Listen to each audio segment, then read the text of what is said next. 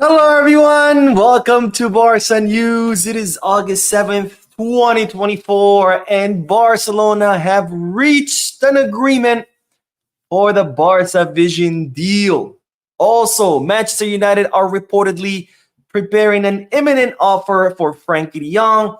And finally, Hansi Flick has closed the door on a signing of a midfielder.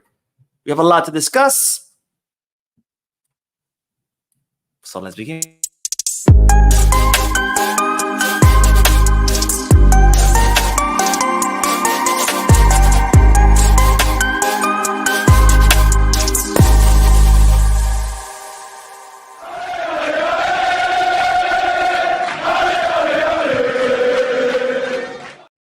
Hello everyone, welcome to the channel. My name is Mo. This is the Barca News live podcast, which is on every Mondays, Wednesdays, and Fridays, where not only do I get to share Barcelona news with you, but I also get to interact with you lovely people in the chat section by reading your comments out loud, answering your questions, and getting that discussion going. For those of you who'll be watching once the live stream ends, I will be putting chapters in the timeline and timestamps in the description in case you do want to skip through it. Now, having said all that, make sure to hit that like button, subscribe to the channel, drop a comment. If you are looking for any Barcelona jerseys or merchandise, make sure you hit the Goal Kits, Give Back, Fanatics. You have plenty of options. If you are looking to place any sports bets, make sure you hit the Bet Us. All links are in the description. Now, let's dive right into the news. And as usual, the first section of news is several bits of news, small bits of news, all lumped up together. But let's begin with Dani Olmo, because as you know, Barcelona completed the signing of Dani Olmo yesterday after they reached an agreement with RB Leipzig to pay 55 million euros fixed plus 7 million euros variables. The club had already reached an agreement with Dani Olmo before that, so he can join the club for 6 years.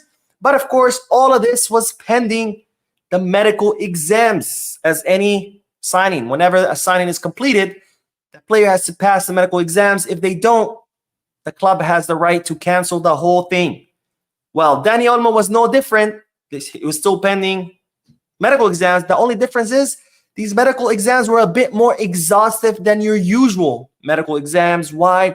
Because Dani Olmo has suffered a lot of injuries in his knee and in his back. So Barcelona wanted to conduct exhaustive medical exams on the knee and the back. They wanted to make sure 100% that the player is healthy and that he's not going to come here and then spend the next 6 years on the bench injured. Well, the news is that Dani Olmo passed his medical exams today, so we should be expecting an official announcement from the club any day now, maybe tomorrow, maybe Saturday, we don't know, but we should expect an official announcement pretty much that Barcelona have completed this deal and that Dani Olmo is officially an FC Barcelona player.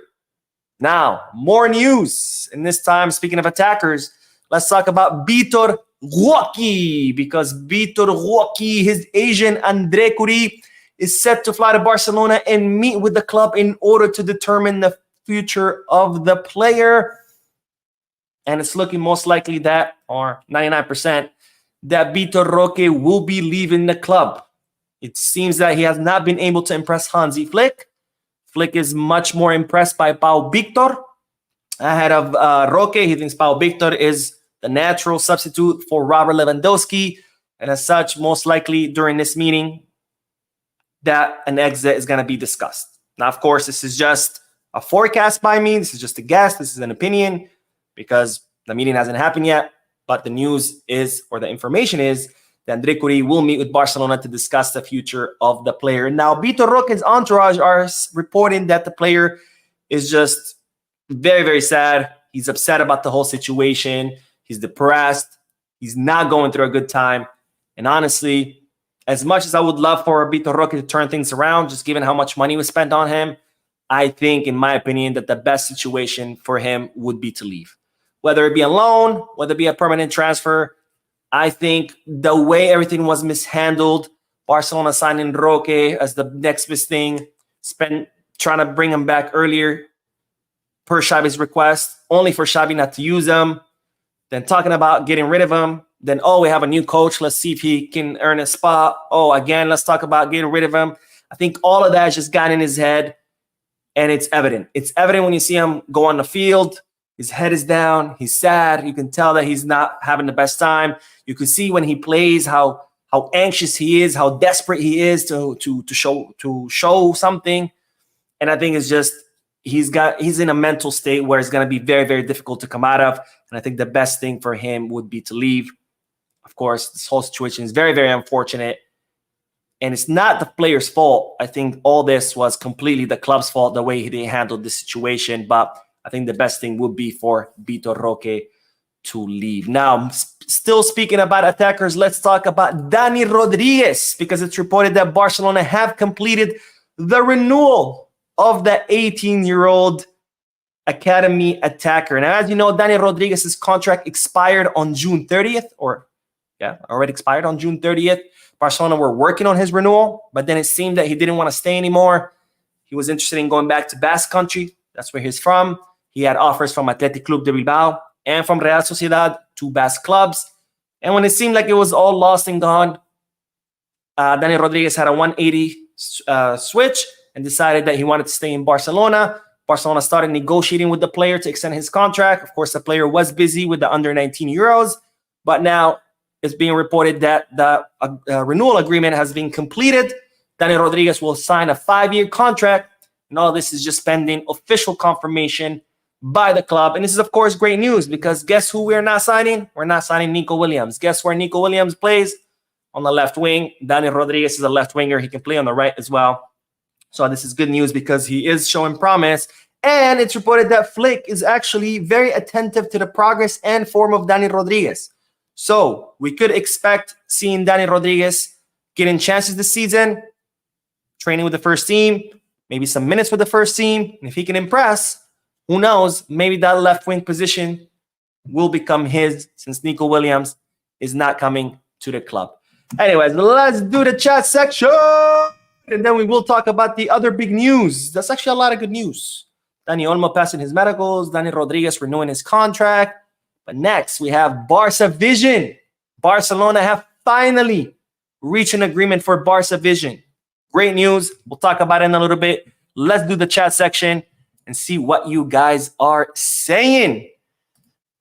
Let's see. Abu Bakr says, hi, Mo. How Nico Williams? Are you asking how he's doing? I couldn't tell you. You're asking about his signing. It looks like he's staying at Athletic Club de Bilbao. Java the Hut says, I'm done with Laporta. He always goes for signings that are overrated and doesn't sign the players that we actually need. He cares more about the finances than trying to make the team better. I mean, to be fair, his job is to worry about the finances. His job is not to make the team better. That's the sporting director's job. But I do share your anger about some of these signings. I think we've made some pretty horrendous signings as of late. But we've also made some great signings. But to your point, I agree with the first half. The other half, it's not Laporta's job to make the team better. It's actually the job of the sporting director. And actually, my complaint is a lot of times is that Laporta tries to interfere too much with the team. And to me, that's a big problem because Laporta should focus on running the club as an entity, not as a team. That should be left up to that sporting director. And that's one of the reasons why our women's team is so successful. Because guess who doesn't meddle in their business? John Laporta or the board. The women's team is kind of left to be run by the professionals, the sporting directors, the scouts, the coaches. They run all aspects of the women's team. They decide who gets signed. They decide who gets booted. They decide what players they want, what coaches they want. They decide everything. And that's why they're so successful, because there's no meddling from upper management. And that's how it should be with the first team. It should be completely left up to the sporting director area or department and the coach to decide what happens with the team. All right, more comments. I mean, Aka says, yeah, because just when Laporta wangs someone, of course they come directly. Think I got the gist of your comment. Not sure. Anyways, Athi says, hola Mo, and no sleep ganga. I know we hate that Nico Williams talk, but I have not given up. Deco and Laporta have planned this. I highly, highly doubt it. I mean, one thing that Nico was very, very clear about is that he didn't want any fiascos. If he was going to leave Athletic Club de Bilbao, he wanted a clean exit. Finish the Euros, sign for Barca, that's it. He didn't want to have to go back to Athletic Club de Bilbao, start training, have his coaches, Ernesto Valverde and the rest of the staff and the club count on him, start planning the whole season around him, And then last minute, he's like, all right, bye, guys. I know you just made this whole plan, but now I'm leaving. So now your whole plan is in shambles and you don't know what you're going to do. Oh, guess what? The summer transfer market is about to close. So you're not going to be able to sign someone in my place. So now you're definitely screwed. He's not going to do that to his club. That's his club. That's his boyhood club. That's like Messi or Piqué or Xavi or Iniesta doing that to Barca. They're not going to do that to Barca. He's not going to do that to Athletic Club de Bilbao. That's his club.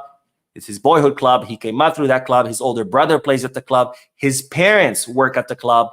He's not going to do that to them.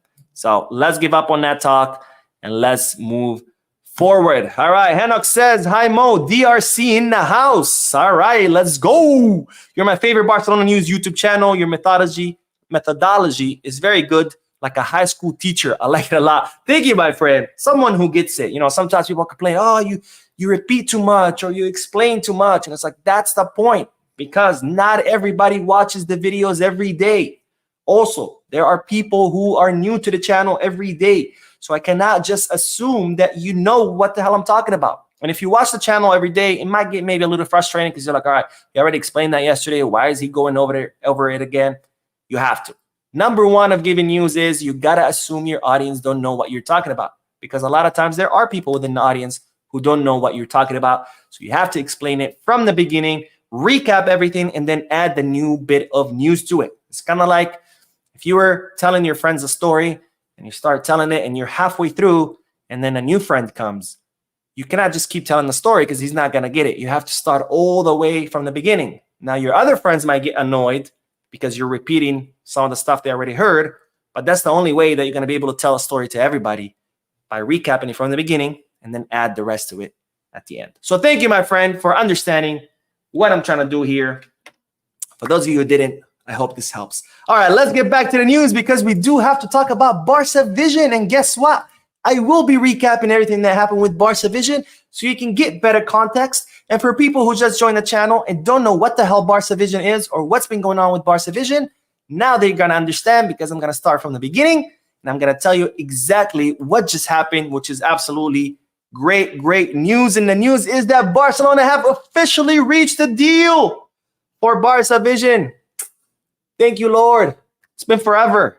But let's recap, because Barcelona agreed to sell part of Barca Vision to the German investment fund Libero, who were supposed to pay $40 million, 4 million euros this past December, and another 60 million euros during this summer. Libero did not make any of those payments, so Barcelona are short 100 million euros. Now, why is this a problem?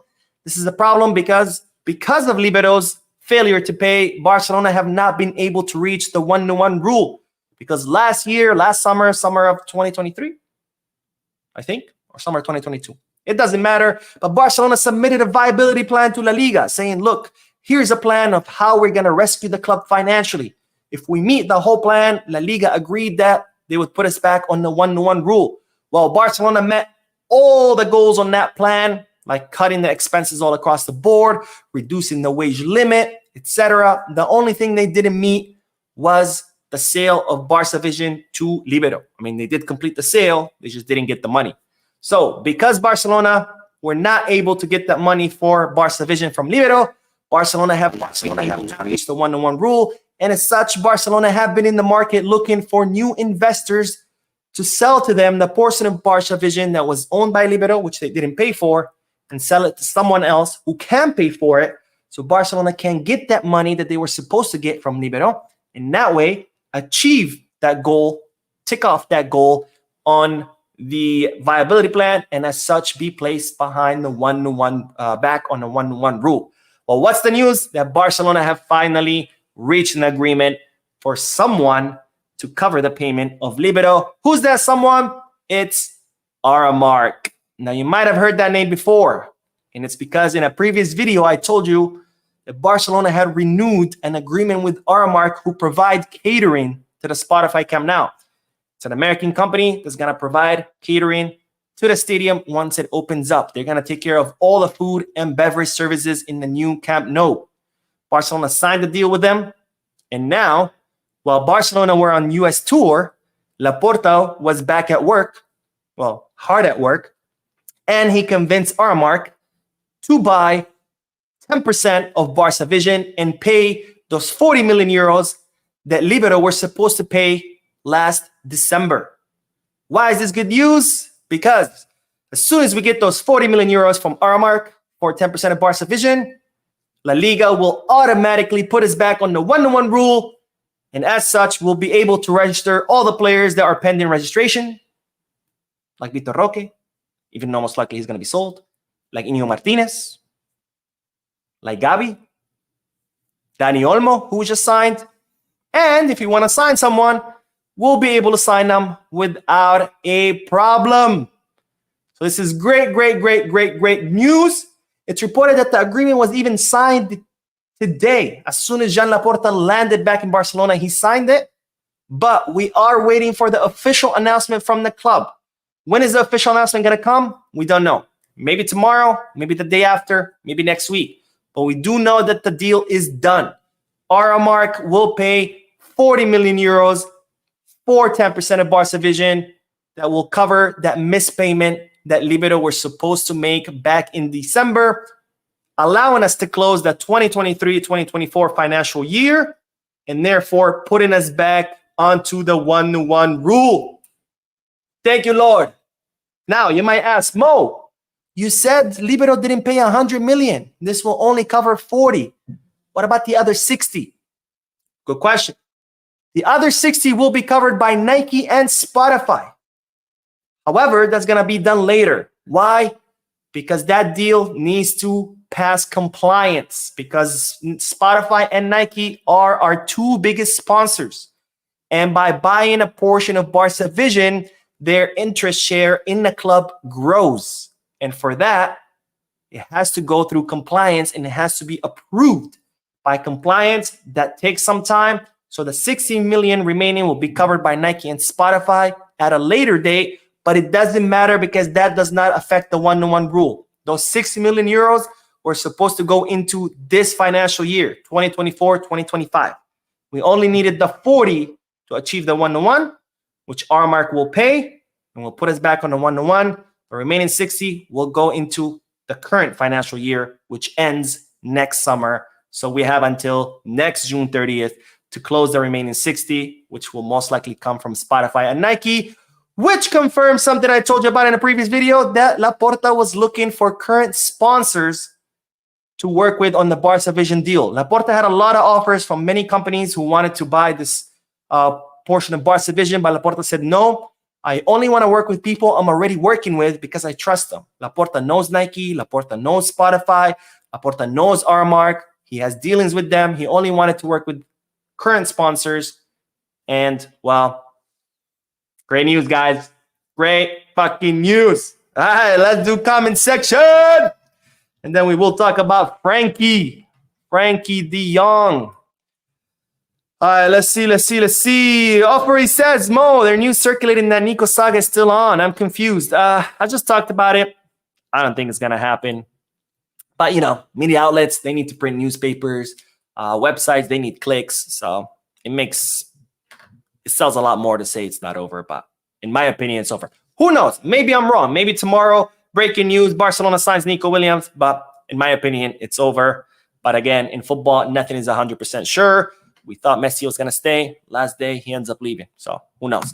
The Angry Sparky says, hey, Mo, I have officially come over to your thoughts about Rafinha. Last night, dude, was 0 out of 6 for shots on goal. And aside from a few good passes, they were largely garbage. Got to go, not Barca level. So I'm actually torn a little bit because yesterday I thought Rafinha did good. I thought he was really good running behind the space, attacking the space. He's really good at attacking space. I'll give him that. You know, you got to give credit where credit's due. I think Rafinha was really good at attacking the space. He had a really great pass. I think it was for Barcelona's second goal where he passes it to Pau Victor. Pau Victor, amazing cross from Pau Victor to Lewandowski. By the way, asterisks aside, Pau Victor, guys, what a complete center forward. He can score, he can assist, he can combine, he can distribute the ball. And did you guys see the nutmegs he did yesterday? Guys, Pau Victor. Remember that name. But anyways, let's get back. I don't want to get off topic. Let's get back to Rafinha. I thought he had a good match, but you're right. He had like 5 or 6 clear chances at goal, missed every single one of them. And it's not the first time. For some reason, when Rafinha goes hand-to-hand with the goalkeeper, he always fucks it up. I don't know if it's the pressure. I don't know if because his technique is horrendous. But people like him because he can run. In that case, I suggest track and field. Because if you think that running on a football field is amazing and impressive, your mind's going to be blown when you watch track and field. Because guess what they do? That's all they do. They run. In case you've never seen it. Anyways. All right. Val B. Mon says, hi, Mo. So happy to join your live stream. I always watch your live stream, but never commented. Although I wasn't able to join your lives due to the ongoing tension of my country, Bangladesh. Pisca Barca. Thank you, my friend, for joining. Thank you for your comment. And yes, I'm very sorry for what's happening in Bangladesh. I hope things get better. Please stay safe. If anyone's watching from Bangladesh, please stay safe, guys. I will be keeping you in my prayers. All right, more news. I mean, more comments. What is wrong with me today? All right, Hubert says, Mo, what do you think of the news that Laporta is now doing the Nico deal? I think it's straight up bull. If you want, an honest answer. Curtis says, Mo, Vitor Roque plays like this. I watch his games in Brazil. This is how he plays. What I can blame the club is the scouting. I agree 100%.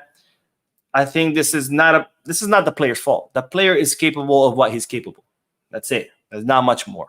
The problem is the scouts. It's the scouts who wrote up these reports about Vitor Roque being the next best thing, and the club who bought those reports and thought, well, it's true. We have to bring him. And it's also the problem with the club because the whole time that Barcelona we're working on Vitor Roque, he's going to be the next Ronaldo Nazario. The whole time we had Margiu in the academy and Pau Victor on loan. So the whole time we had legit options. It's not like it was just Lewandowski and then that's it and we didn't have anyone and it's like, what are we going to do? No. We had you, we had Pau Victor. And yet the club decides to spend 60 million euros. And that's a problem because if there's one thing that this preseason has taught us is that we have a lot to work with in the academy. Xavi for 2 seasons had been bitching about a midfielder, about a center midfielder. I want Subimendi. I want Oriol Romeo. I want Guido Rodriguez. I want Joshua Kimmich. I want this. I want that. It took Flick 5 minutes to come to the club and said, we don't need anyone. We have Bernal. We have Casado. Why the fuck do we need a center midfielder? It took him 5 minutes for Flick to realize something that Xavi complained about 2 years. By the way, the Xavi apologist the whole time. Well, Xavi didn't give Subimendi. That's why he sucked. Took Flick 5 minutes to figure out we don't need a center midfielder. If Flick was here last season, there was no way in hell he would let Barcelona sign Vitor Roque because we did not need him. But what do I know? All right, let's talk about the next bit of news. Speaking of midfielders, let's talk about Frenkie de Jong because it's reported that Manchester United are not giving up on the Dutch midfielder. This is what? The second year, third summer in a row that Manchester United are interested in Frenkie. Guys, let it go. But anyways, it's reported that Manchester United are not giving up on the pursuit of Frenkie de Jong. They have already contacted the player's agent because they want to make an irresistible offer to the player, whatever that means.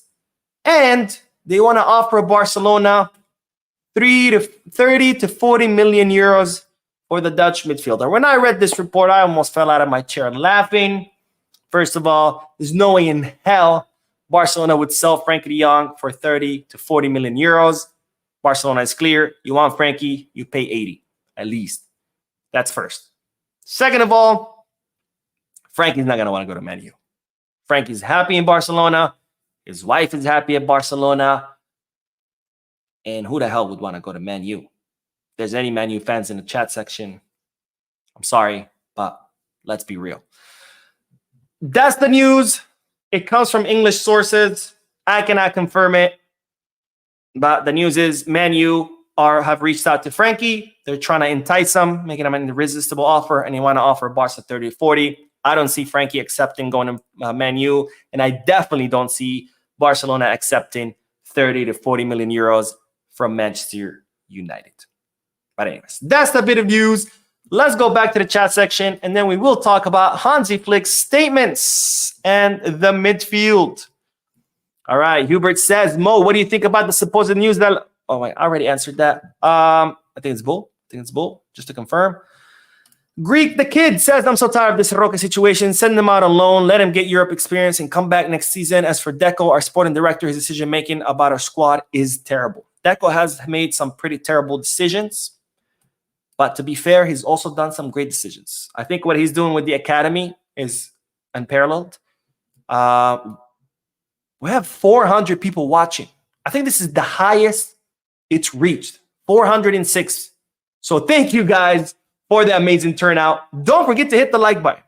That's huge. It's free. It takes a second. It helps the channel grow. But thank you guys. This is the biggest turnout yet in the history of Barca News. So thank you. But Greek the Kid, to get back to your point, yes, Deco has made some horrible decisions. I think the signing of Vitor Roque was one of them. I think the signing of Dani Olmo's not... Dani Olmo's a good player. Don't get me wrong. When I talk about Dani Olmo, a lot of people think I hate him because I think he's not a good player. He is. He's a good player. We don't need him. And I think 55 million euros for Dani Olmo is too much. So Deco has made some terrible decisions. He's also done some great decisions with the academy. I think he's done a great job renewing all the players in the academy. I mean, every week I'm just reporting at least 2 or 3 renewals. He's renewed like half of the stars in the academy, if not all. He's also done some great signings for the academy. But for the first team, there's some doubtful decisions. But to be fair, Alemany, he paid 55 million for Ferran, who was probably worth 20. Oh, look. Rafinha, Alemany paid 60-some million for Rafinha when he was worth maybe at most 30. So sporting directors make mistakes. It's human nature. What can we do? Yanana says, I think Vitor Roque and his agent should drop the pride and allow the kid drop to Barcelona. No, you cannot allow him to drop to Barcelona B. Plus, you can't. He's a first-team player. He cannot drop to Barcelona B per the rules. All right, let's see. Black Square says, I'm 12 minutes late. I checked Olmo's heat map. Olmo always prefer left side, even as Cam, and he got that experience to play in different positions, so I think he'll be good at left wing. We shouldn't be sad. Can he be good there? Yes. But good is not what we're looking for. We're looking for exceptional. We're looking for someone who can do what Lamine does on the right flank. Someone who can dribble past defenders and create that danger from the flank. Can Dani Olmo do that as good as Nico? No. He's not a dribbler. He really isn't. He's not a player that has that Nico or Lamine flair where he can get the ball and just boom, take off, dribble past defenders, and then bam, the flank is completely open. That's not the kind of player he is. He's the same profile as Ferran, Rafinha. You know, and if we're going to spend 55 on another player who does the same functions as Rafinha, Ferran, Fermin, I'd rather just keep what we got. Not to say that those players are better than Dani. I don't think so. I think Dani almost a million times better than Ferran. I think he's better than Rafinha, but we already have that profile of a player. We already have a player that can do the same function. So why spend 55 million on someone that already can do that job? All right, Ross says, is it me or do others still want Rafinha gone? Brazilian that cannot dribble.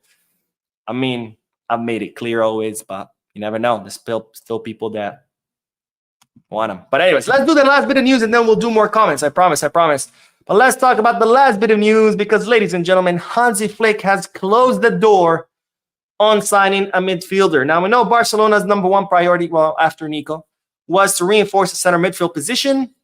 It talks about Kimmich, who was Flick's favorite. We talked about Onana, who was Deco's favorite. Both are not happening. Onana already signed for, what did he sign for? Aston Villa? Irrelevant. We don't care. Kimmich, it looks like he's staying at Bayern. So then it kind of fell all on Mikel Merino, where it looked like Barcelona were going to sign him. Flick started the preseason and realized, guys, we don't need a center midfielder. We have Casado, we have Bernal, plus the players who already exist on the first team, like Gavi, like Frenkie, who can also play in those positions. So Hansi Flick told the club, chill, we don't need a center midfielder. But then there were still talks about maybe Barcelona could still be open to the idea. that they were going to wait until the USA preseason tour is over to meet again with Flick and revisit the topic and be like, hey, do you think we still need one? Nah, if we do, we'll go to the market, we'll get you one. And if not, just let us know. Well, yesterday, Flick pretty much closed the door on that when he made the following statements. And let me remove my logo. But Hansi Flick said, we have several injured midfielders with great quality. When they come back, we will be a better team. And I think I have enough players there. There you have it, folks. And I think I have enough players there. So in other words, Hansi Flick saying, we got enough midfielders. So that pretty much completely closes the door on Barcelona signing any midfielders, whether it be Merino, Kimmich, Casado, or not Casado, sorry, Onana, whoever. It's done. It's over. Flick doesn't need anyone there, which again goes back to the point which I said during the discussion, in case for people who are fast forwarding and not hearing the discussion.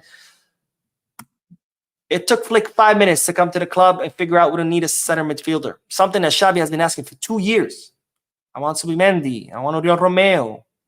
I want Guido Rodriguez. I want Kimmich. I want Merino. And it took Flick 5 minutes to figure out we did not need any of those. So you tell me, if Flick was here last year, would he allow the signing of Vitor Roque? Because even if you think Vitor Roque is amazing, we did not need him. And it's evident because of what Pau Victor is doing. Not to mention Marguiu was at the club back when Barcelona signed Roque. He's not now. He's at Chelsea, whatever. But you get the point.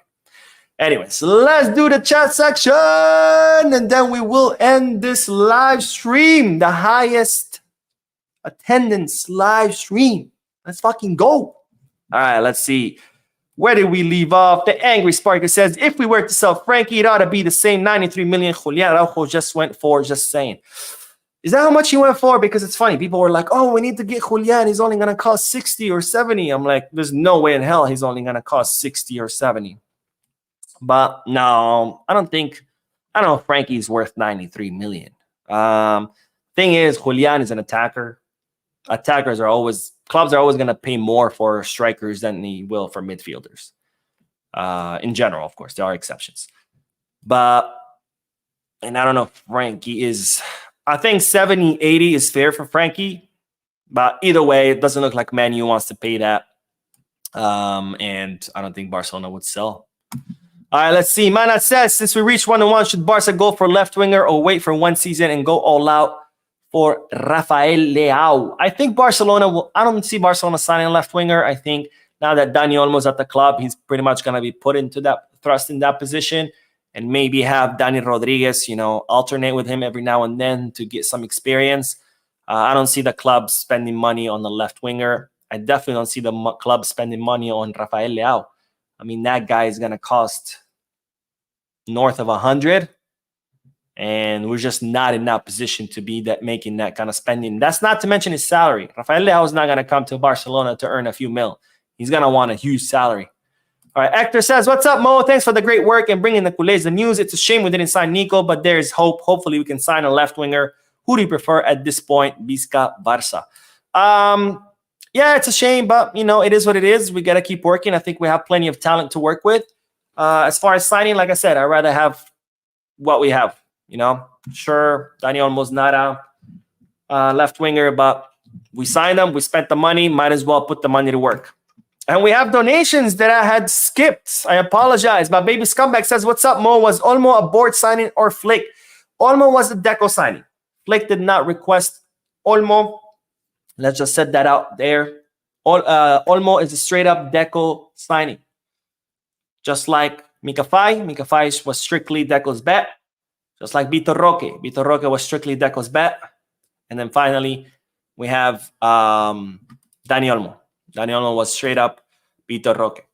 Deco discussed the option. Flick said, yeah, sure, he's a good player, but it's not something that he was like, I want this guy on my team. Because remember, when Flick agreed to come to Barcelona, he made it very clear. He was like, I'm going to work with whatever you give me. I'll make it work. Because I understand the club's finances. I understand the club's situation. And no, I cannot just arrive and be like, all right, I want you tomorrow to sign me Haaland, Mbappe, and Rafael Leao. So he said, whatever you bring me, I'll work with it. So when Deco brought him the idea of Olmo, he said, yeah, he's a good player, sure. And Deco insisted on it, anyway, but it was never his request. Satnam says, question, can you swap a deal for Cancelo, Roque, Happin? I mean, that's not really a question for me. That's more of a question for Manchester City, because in order for a club to agree to a swap deal, is, they have to agree to it. Would I do it? No. I would rather sell Roque for cash and keep Cancelo at Man City than waste money on Cancelo, because even though it's not really cash, you're not giving him cash, you are giving him a player. So you are giving him, that's money. It's not cash, but it's money in the shape of a human. That sounds kind of horrible, but you know what I mean, right? If Roque is worth, let's say, 30 million and you're giving him for Cancelo, you're wasting 30 million, because you could sell Roque for 30 million and get actually 30 million cash. For what? For Cancelo? We don't need Cancelo. We have Kunde, we have Hector Ford, we have plenty of options. Julian Araujo, we have Alex Valle that apparently can play on that side. We have plenty of options. We do not need Cancelo, and we definitely do not need to waste our money on bringing Cancelo. All right, Junior says, well, that's because Xavi was playing with more width, which allowed the midfield to have a huge amount of space. So if there was only going to be 2 midfielders, he wanted experienced ones. No, it's because Xavi did not know how to build a project. Xavi wanted to just bring 11 stars and 11 star substitutes. And that's not building a project.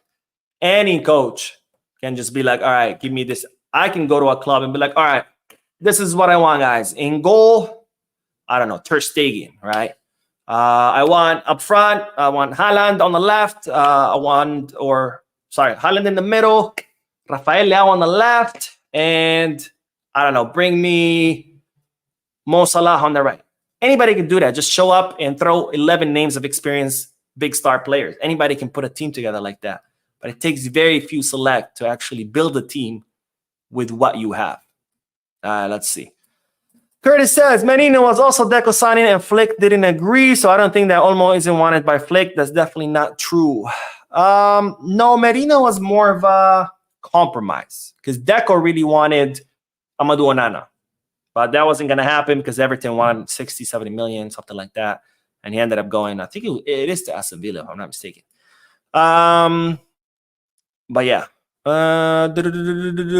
As far as Olmo, like I said, does Flick like him? Does he think he's a good player? He does. But he's not a player that he actually requested and say, look, Deco, I need Olmo right now. Go get him. Or I'm going to throw my schnitzel at you. So, anyways. Targi says, bro, Laporta said that he will try everything to sign Nico Williams. He did. The player said no.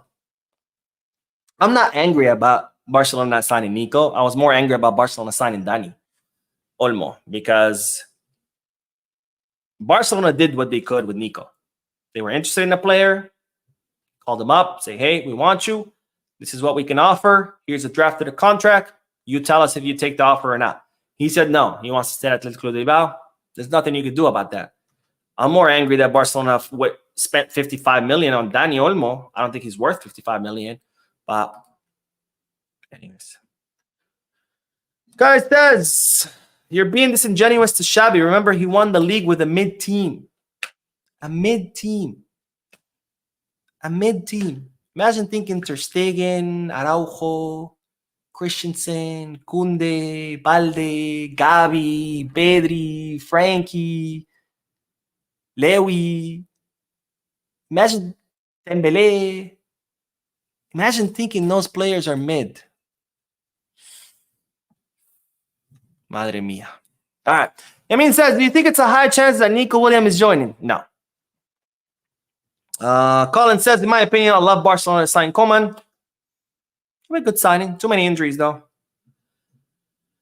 All right, let's see what else. Let's do a few more comments, and then we will end this. The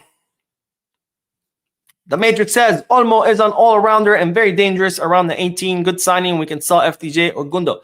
Look, nobody's saying Olmo's a bad player. He's not. But do we need him? Do we need another attacking midfielder / second striker? We don't. We have like 20 profiles in that. 20 players in that profile. That's my problem. And also, he's not worth 55 million. No way he's worth 55 million. But hey, if he can come here and kill it and absolutely destroy teams and do magic, I'm all for it. I just think that we spent money on a player we did not need. Money that we don't have, remember. We're like counting pennies to register players that we already have. That's the problem. Hector says, hopefully Fermin continues to get opportunities under Flick with a depth in position. I hope so too. I would hate to see our youngsters get their minutes curtailed just because Deco was obsessed with bringing a player. But we'll see. All right, let's see. All right, Shola says, if Nico not coming, please let's forget about him. I agree. I don't think he's coming. But that's that. Anyways, thank you guys for tuning in. You guys are absolutely amazing. Thank you for your likes, your donations, your subscriptions.